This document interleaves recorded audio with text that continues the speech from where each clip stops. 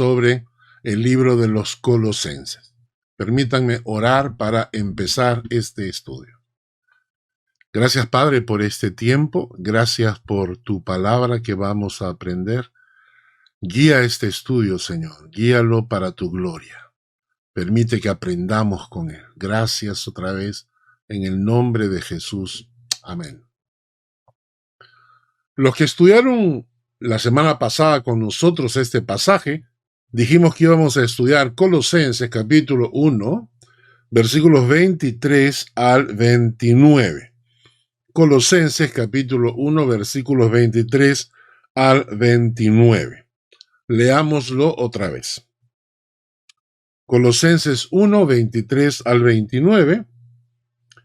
Si en verdad permanecéis fundados y firmes en la fe, y sin moveros de la esperanza del Evangelio que habéis oído, el cual se predica en toda la creación que está debajo del cielo, del cual yo, Pablo, fui hecho ministro.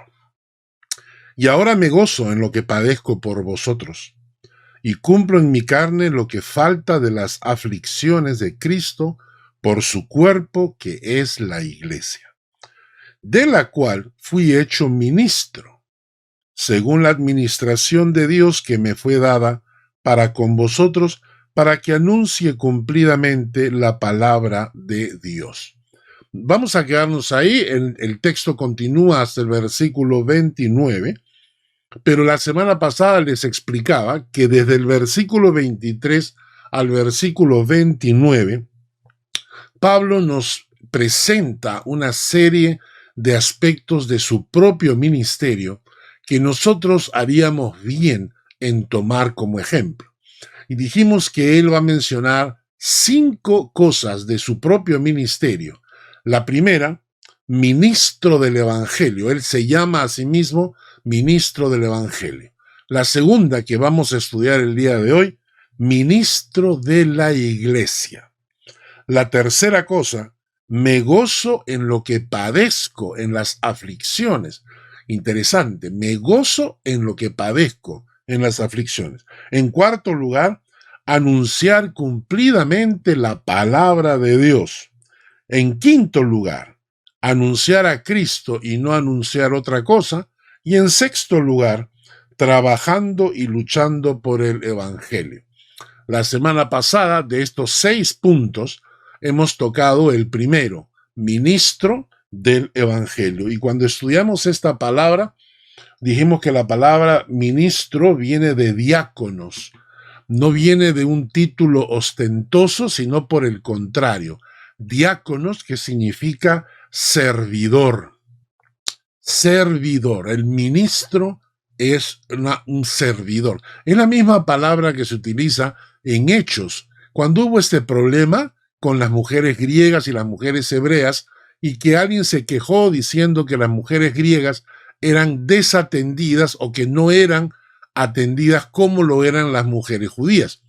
Y entonces uno de los apóstoles va a decir, no es justo que nosotros dejemos nuestra labor de orar y de ministrar en la palabra para dedicarnos a servir a las mesas. En otras palabras, lo que está diciendo es que el ministro es un mesero, alguien que sirve a las mesas. Y esta descripción me encanta, porque cuando vamos a un restaurante, hay dos aspectos del restaurante que son el cliente en su mesa y el cocinero en la cocina. Y el mesero es como el intermediario, es el que sirve al cliente y sirve a la cocina.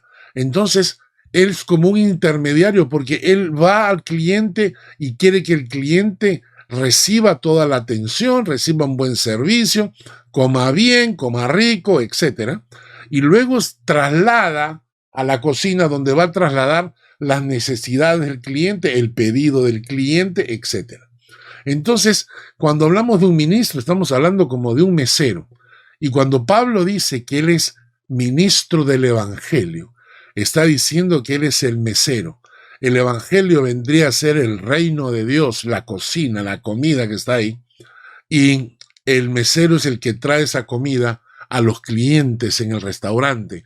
Nosotros como servidores, como ministros del Evangelio, lo que hacemos es presentar el Evangelio al mundo para que el mundo pueda disfrutar de esta verdad que es el Evangelio de Dios.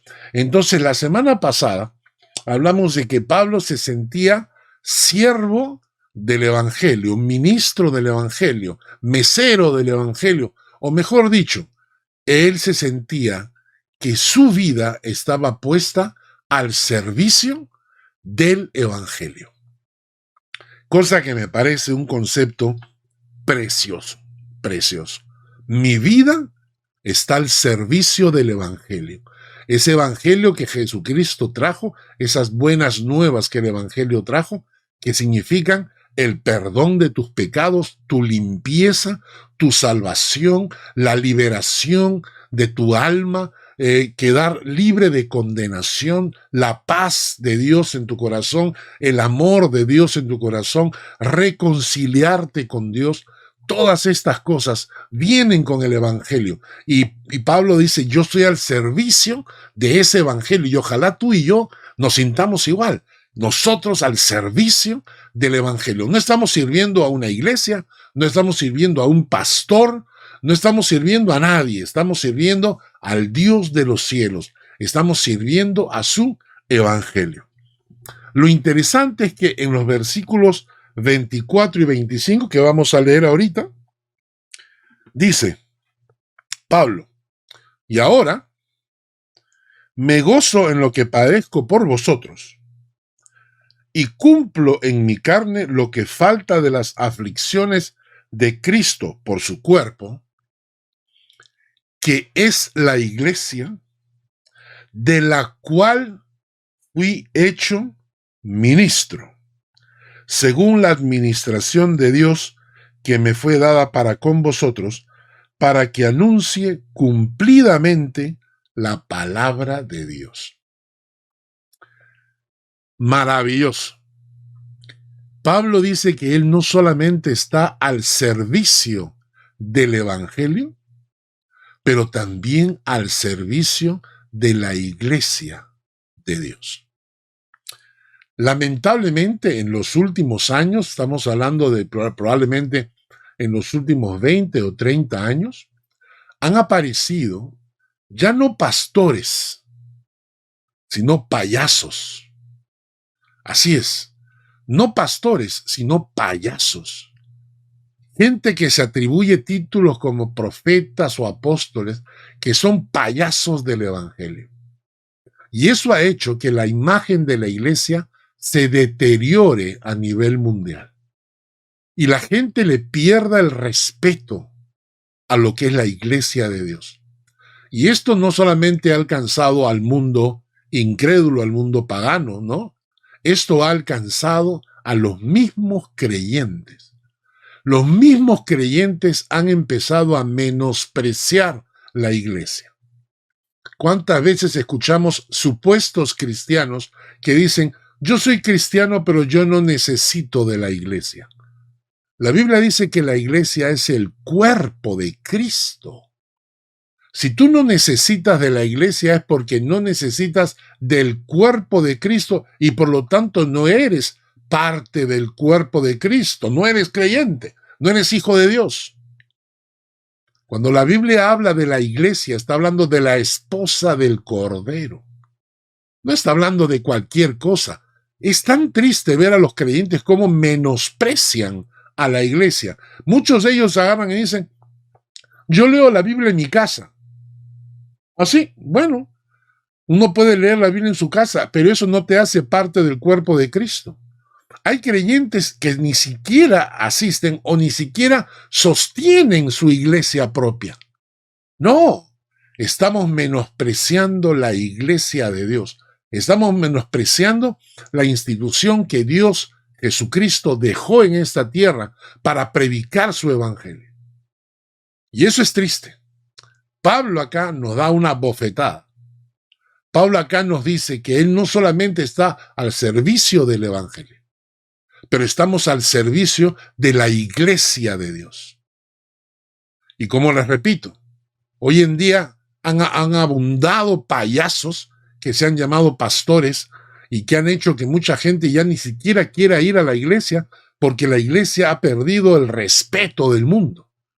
Pero eso no quiere decir que nosotros como creyentes dejemos de congregarnos o de servir a la iglesia verdadera de Dios. Tiene que buscarse una iglesia sana. Tiene que buscar una iglesia que realmente predique el evangelio. Una iglesia de verdad. Y cuando la encuentra, cuando usted va a una iglesia y dicen, aquí hay palabra de Dios, esta es una iglesia de Dios, entonces usted se comienza a identificar con la iglesia local, porque la iglesia local es la representación de la iglesia universal en su cercanía. ¿Entiende? Si yo pertenezco a la iglesia universal de Dios, entonces yo tengo una iglesia local en la cual me congrego, asisto y sirvo. Entonces Pablo dice, yo soy ministro, estoy al servicio de la iglesia. Lo dice en el versículo 24 y 25, ¿no? Ahora me gozo en lo que padezco por vosotros. Cumplo en mi carne lo que falta de las aflicciones de Cristo por su cuerpo, que es la iglesia. Que es la iglesia, de la cual fui hecho ministro. ¿Ok? Entonces, en primer lugar, Pablo nos dice que él está al servicio de la iglesia. Y esto es interesante. Él no dice que la iglesia está al servicio de él. Lo que él dice es que él está al servicio de la iglesia. Él es ministro, mesero, servidor, sirviente de la iglesia de Dios. Porque hoy en día no solamente menospreciamos la iglesia, sino que además queremos que la iglesia nos sirva. ¿No es cierto? Queremos que la iglesia nos sirva a nosotros. Porque nosotros llegamos a la iglesia y queremos que la iglesia nos reciban, nos atiendan, nos cuiden, nos alimenten con la palabra, se preocupen de nuestras necesidades, oren por nosotros, nos llamen cuando estamos enfermos, nos busquen cuando dejamos de asistir, se preocupen de nuestra situación, tanto emocional, financiera. O sea, vamos a la iglesia porque esperamos que la iglesia nos sirva. ¿Cuántos creyentes llegan a la iglesia justo para la prédica? Inclusive en los cultos virtuales. Cuando la gente entra a los cultos virtuales, para mí es interesante, porque muchos de ellos no entran al principio del culto, cuando viene la alabanza, porque a ellos no les interesan las alabanzas, no les interesa adorar a Dios, no les interesa elevar un canto, postrar su alma delante del Padre, no les interesa. Lo que ellos quieren es escuchar la prédica. Ellos quieren escuchar la prédica. Inmediatamente cuando termina la prédica vienen todavía los anuncios, la Santa Cena, las ofrendas, todo ese tipo de cosas. Pero esas personas escuchan la prédica, apagan apenas terminó, porque ellos no vienen a adorar a Dios, no escuchan el culto virtual para adorar a Dios. Ellos escuchan solamente la prédica para sacar un provecho, para que la iglesia les sirva a ellos. ¿Y Jesucristo qué nos dijo? ¿Que él había venido para ser servido? No. En Marcos capítulo 10, versículo 45 dice, porque el Hijo del Hombre no vino para ser servido, sino para servir y para dar su vida en rescate por muchos. Quiere decir que la enseñanza de Pablo es profunda. Cuando usted va a la iglesia, el primer objetivo de ir a la iglesia es adoración. Yo voy a la iglesia a adorar al Señor. Repito, no voy a la iglesia para que me atiendan, me sirvan, me engrían. Yo voy a la iglesia para adorar al Señor. Yo entro a la iglesia con una actitud de adoración. Yo postro mi corazón delante del Señor. Yo quiero honrar al Señor en cada instante del culto.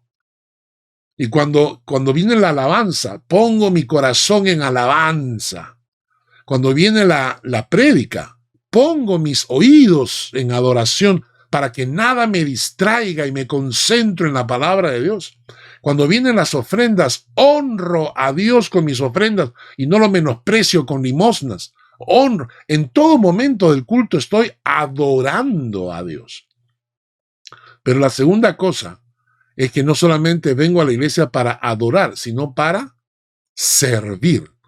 Jesucristo dijo, yo no he venido para ser servido, sino ¿para qué?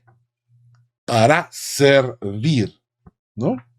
En Hechos, capítulo 13, versículo 36, nos dice, porque a la verdad, David, el rey David, habiendo servido a su propia generación según la voluntad de Dios, durmió y fue reunido con sus padres y vio corrupción.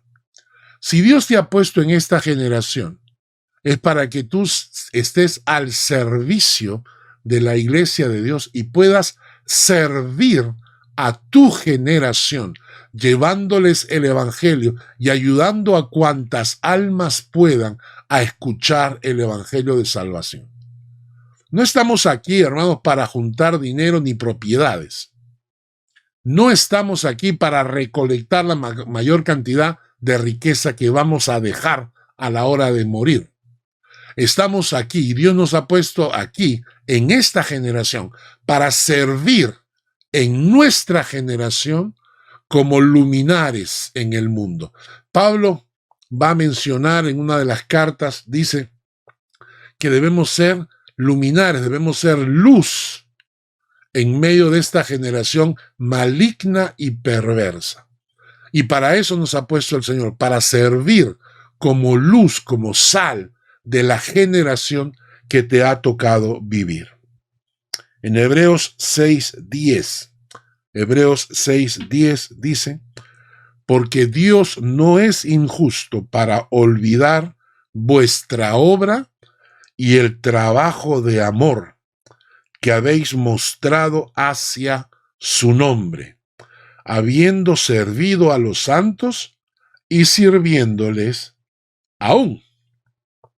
Vamos a repetir ese versículo. Dios no es injusto para olvidar vuestra obra y vuestro trabajo de amor que habéis mostrado hacia su nombre. Nosotros tenemos una tarea con nuestra generación y este pasaje Hebreos 6:10 nos dice que nosotros hacemos una obra y dice el trabajo de amor, obra, trabajo de amor que habéis mostrado hacia su nombre, hacia el nombre de Dios, hacia su nombre. ¿Y cómo? Habiendo servido a los santos y sirviéndoles aún. ¿Cómo mostramos nuestra obra y nuestro amor por el Señor? Obviamente el Señor está en el cielo y entonces la manera de hacerlo es mostrando obra y amor habiendo servido a los santos y sirviéndoles aún. Son los santos, son los hijos de Dios a través de los cuales yo estoy sirviendo y que Dios se considera servicio a Él. Cuando yo sirvo a su iglesia, estoy sirviendo al Dios de los cielos. ¿Lo voy entendiendo? ¿Voy captando? Voy captando que mi servicio en la iglesia no es para el pastor, para que el pastor me vea, no es para la gente de la iglesia. Yo no estoy sirviendo a la gente de la iglesia, estoy sirviendo a Dios. Sí, pero en el fondo estás sirviendo a la gente. Bueno, sí, sirvo a Dios a través de servir a los santos, sirviéndoles permanentemente. Pablo dice que esa es su segunda función. Es siervo del evangelio, siervo de la iglesia.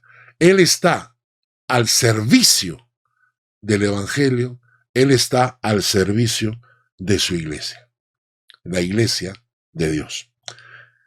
Y para eso, hermanos, para poder servir, es que hemos recibido dones y talentos espirituales.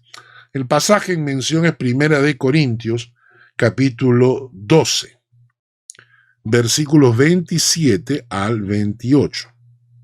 Primera de Corintios 12, versículos 27 al 28 dice: vosotros pues sois el cuerpo de Cristo y miembros cada uno en particular. A unos puso Dios en la iglesia, primeramente apóstoles y luego profetas, los terceros maestros, luego los que hacen milagros, después los que sanan, los que ayudan, los que administran, los que tienen don de lenguas, etc. Si quieren toda la lista de dones, pueden leer Romanos capítulo 12, ahí la lista continúa, Efesios capítulo 4, ahí se habla de los 5 ministerios, que es el apóstol, el evangelista, el profeta, el pastor y el maestro. Y ahí tienen ustedes toda la lista de los dones espirituales. Si buscan en el internet, en nuestros estudios, en Primera de Corintios 12, en el YouTube y en el Facebook, Primera de Corintios 12, ahí hay un estudio completo de los dones espirituales. Lo que nos dice acá es que los dones espirituales, ¿cuál es la diferencia entre los dones espirituales y los talentos? Los talentos vienen en forma natural. Dios te capacita con esos talentos desde antes del nacimiento, desde antes que nazcas. Me refiero a que Dios ya tiene planes para ti desde el principio de la fundación del mundo, dice. Desde el principio de la fundación del mundo. Entonces, Dios tiene planes para ti desde antes que nazcas. Y por eso te va a dar talentos. Cuando tú naces, naces con talentos naturales. La música, la pintura, el arte, el deporte, ¿no? Puedes tener una voz impresionante para cantar.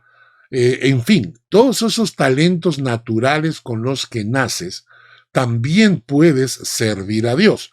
Es cuestión de que tú descubras cómo usar tus talentos naturales para servir al Señor. Pero los dones es diferente. La diferencia es que los dones tú los recibes cuando llegas al Señor. Cuando te conviertes al Señor, el Señor te da dones. ¿Para qué? Para capacitarte para ser parte del cuerpo de Cristo. El cuerpo de Cristo tiene diferentes miembros, ¿no es cierto? Tiene los dedos, las manos, los codos, los ojos, los oídos, las piernas, los músculos. Y entonces de esa manera, si tú llegas a ser hijo de Dios auténtico, también llegas a ser parte del cuerpo de Cristo. Y para eso, para ser parte del cuerpo de Cristo y funcionar como una parte del cuerpo, es por eso que Dios te capacita con dones espirituales.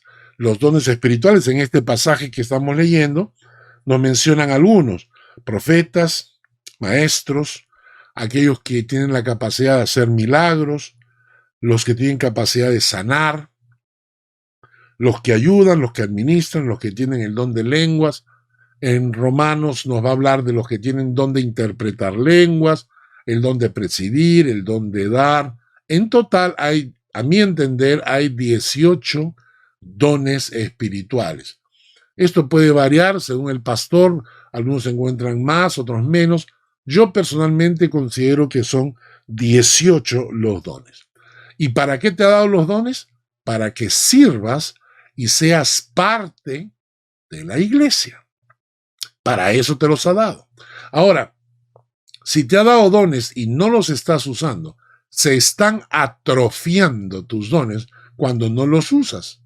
Y Dios te ha dado dones y también talentos para que puedas servir en la iglesia. Ahora bien, hemos dicho que el ejemplo que tenemos nosotros, que Pablo menciona, es que nosotros estamos al servicio de la iglesia de Dios.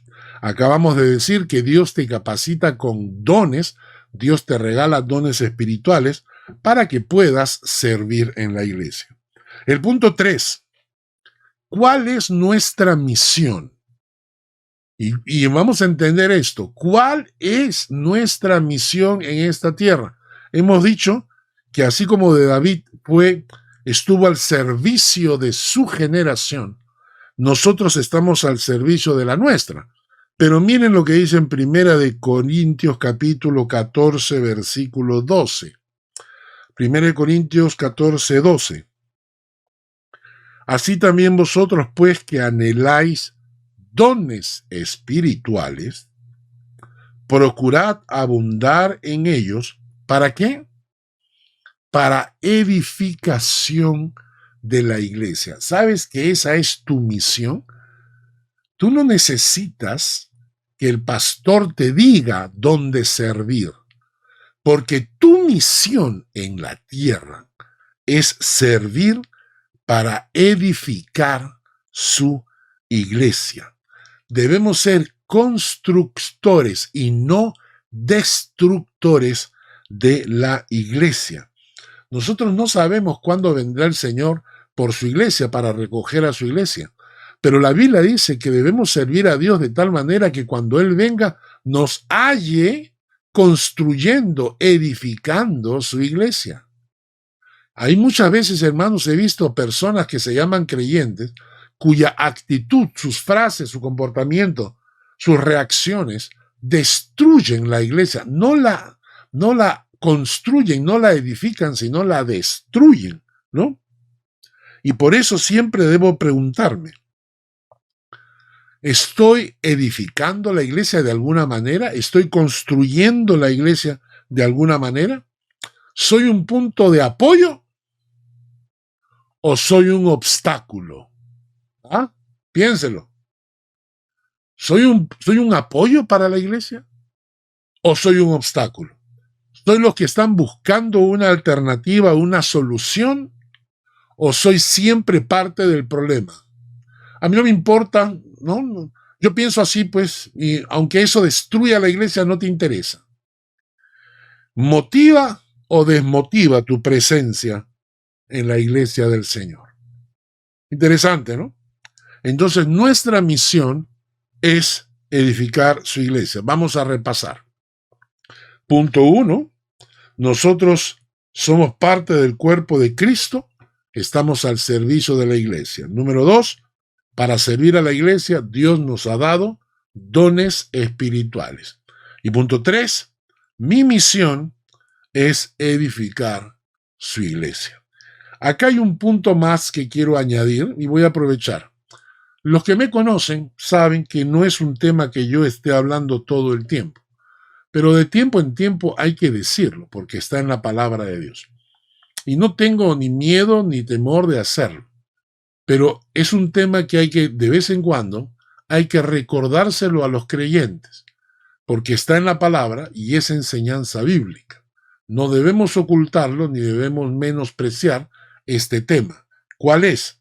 Que nuestra responsabilidad para servir a la iglesia no es solamente usando nuestros dones espirituales, es nuestra responsabilidad sostener financieramente a nuestras iglesias. Debido a estos payasos que se hicieron ricos predicando un evangelio de la prosperidad, es que mucha gente le tomó miedo al tema de los diezmos y las ofrendas. Y muchos creen que todos los pastores que hablan de este tema son ladrones porque están pidiendo, no, etc. Inclusive hay muchos pastores que han caído en este juego y se han ido al otro extremo. Mientras unos se aprovecharon de los diezmos y las ofrendas para enriquecerse, otros han visto que es un buen negocio negar los diezmos, negar las ofrendas, porque no, ese es de los pastores ladrones. No es verdad, no es cierto. Bíblicamente, la palabra es clarísima, que nosotros como creyentes tenemos la obligación de servir a la iglesia sosteniéndola económicamente con nuestros diezmos y ofrendas. En 1 Corintios capítulo 16, versículos 1 al 2, nos dice: en cuanto a la ofrenda para los santos, haced vosotros también de la misma manera que ordené en las iglesias de Galacia. Cada primer día de la semana, cada uno de vosotros ponga aparte algo según haya prosperado, guardándolo para que cuando yo llegue no se recojan entonces ofrendas. Este pasaje, que es bastante claro, Pablo les está diciendo a los hermanos que tiene que haber una cierta disciplina para recoger las ofrendas de la iglesia.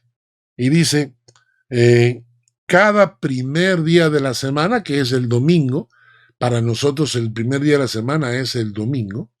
Entonces Pablo le dice, cada primer día de la semana, ¿no? cada primer día de la semana, cada uno de vosotros, la ofrenda es individual, no es ofrenda colectiva o familiar, es individual, como Dios te ha bendecido a ti.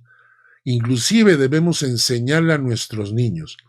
Yo le enseñé a mis hijos que ellos debían ofrendar y diezmar de sus propinas. Y mis dos hijos aprendieron, crecieron, aprendieron eso, y ahora que son adultos, para ellos es normal hacerlo. Lamentablemente muchas personas no aprenden esto de niños y cuando llegan adultos les es difícil, porque el amor al dinero es la primera esclavitud que hay. Y muchas personas jamás en su vida van a sentir la libertad para poder darle al Señor lo que el Señor nos pide. Para ellos el diezmo es un pecado, ¿no es cierto? Entonces, jamás van a tener la libertad del corazón para darle al Señor lo que el Señor nos pide. Entonces, pero cuando uno enseña a un niño desde pequeño, este niño aprende estas enseñanzas y cuando llega adulto sabe obedecer al Señor. Por eso, cada primer día de la semana, punto 1. Punto 2, cada uno de vosotros, individual, cada uno de vosotros. Punto 3, ponga aparte algo. Es decir, separe lo que es del Señor. Uno cuando iban a ofrendar, ellos no llegaban a la hora de la ofrenda en el Antiguo Testamento y buscaban si había un corderito corriendo por ahí, porque eso es lo que hace mucha gente. Mucha gente llega a la iglesia y a la hora de la ofrenda abre la billetera para ver si hay algunas moneditas, se fijan en los bolsillos si tienen algo, pero no, acá uno dice, ponga aparte algo, es decir, durante la semana el Señor te va bendiciendo y según lo que te va bendiciendo, tú vas apartando lo que es del Señor. Si el domingo no vas a la iglesia porque estás enfermo o lo que sea, tu ofrenda sigue apartada en un sobre para el Señor, ¿no? Muchos creyentes también, si el domingo no van a la iglesia, ese domingo no le ofrendan al Señor y eso está mal. Y luego dice, ponga aparte algo, según haya prosperado. Ahí viene el truco. Según haya prosperado. Y por eso es que yo creo en el diezmo. Porque el diezmo es la forma más justa de servir al Señor en este sentido. Nosotros nos jactamos de justicia.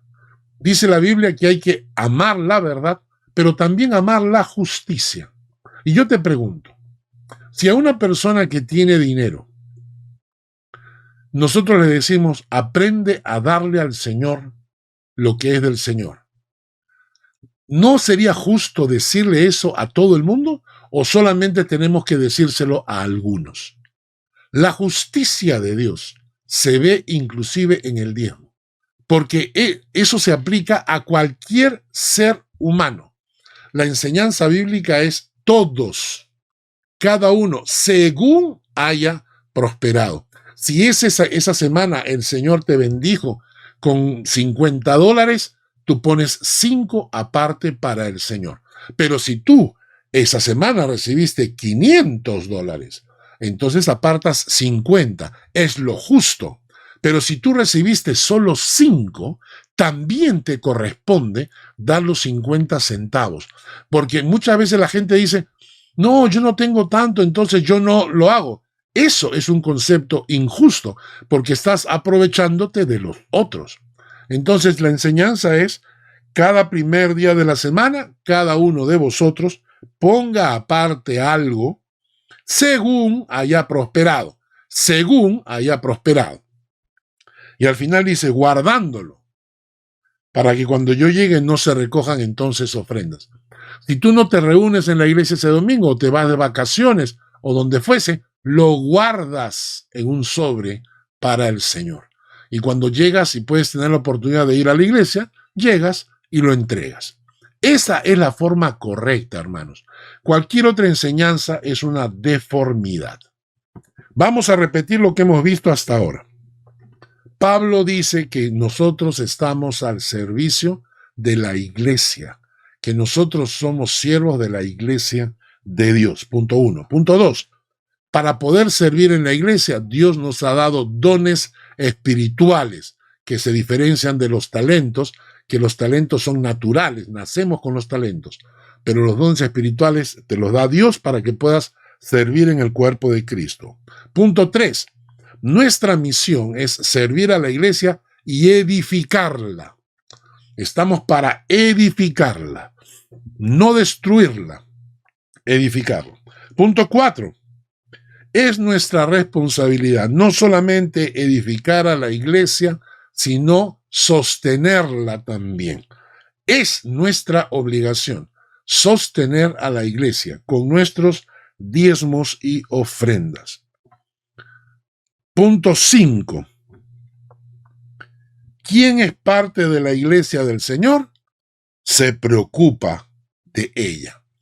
En 2 de Corintios capítulo 11 y versículo 28 nos dice, 2 de Corintios 11, 28 dice, y además de otras cosas, lo que sobre mí se agolpa cada día, la preocupación por todas las iglesias. El amor que Pablo tenía por la iglesia de Dios lo llevaba a preocuparse por ella. Yo he visto esto a través de los años. Yo he visto hombres y mujeres que cuando aman al Señor se preocupan por la iglesia del Señor.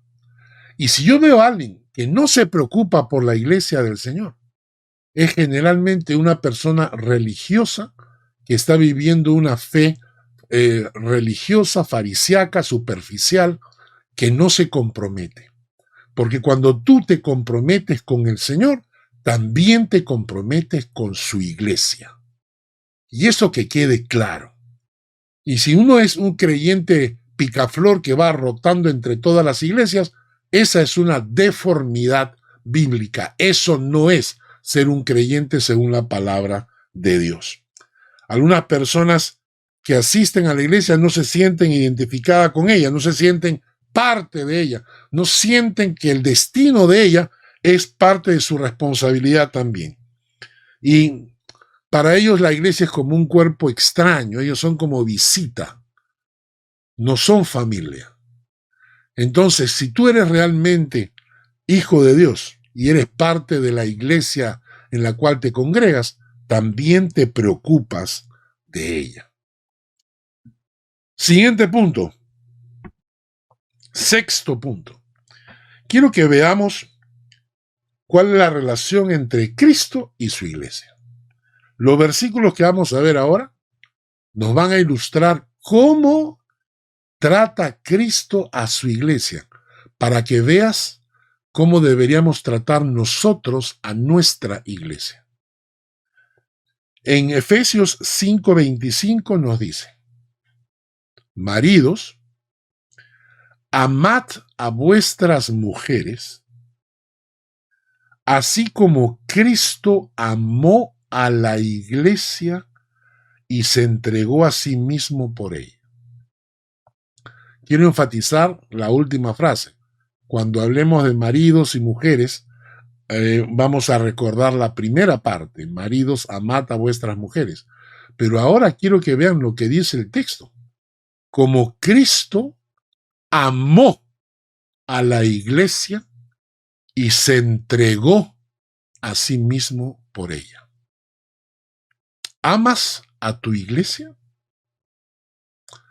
¿Eres capaz de entregarte por ella?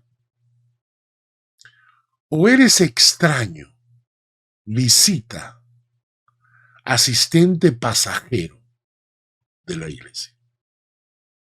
Si tú eres parte de la iglesia local donde te congregas y eres parte del cuerpo de Cristo, amas la iglesia y estás dispuesto a entregarte por ella, porque la iglesia es la esposa del Cordero.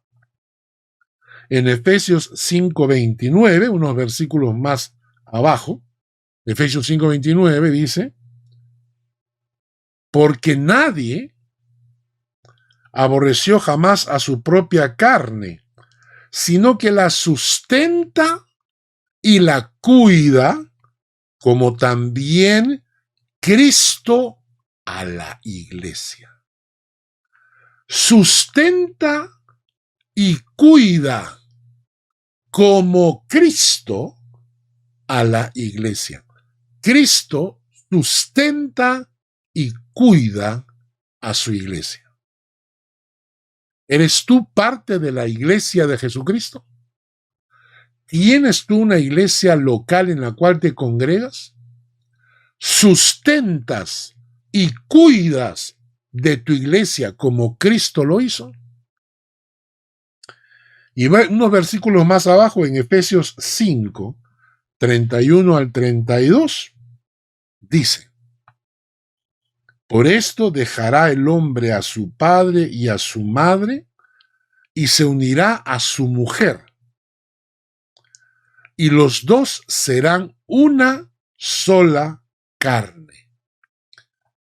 Grande es este misterio, mas yo os digo esto respecto de Cristo y de la iglesia.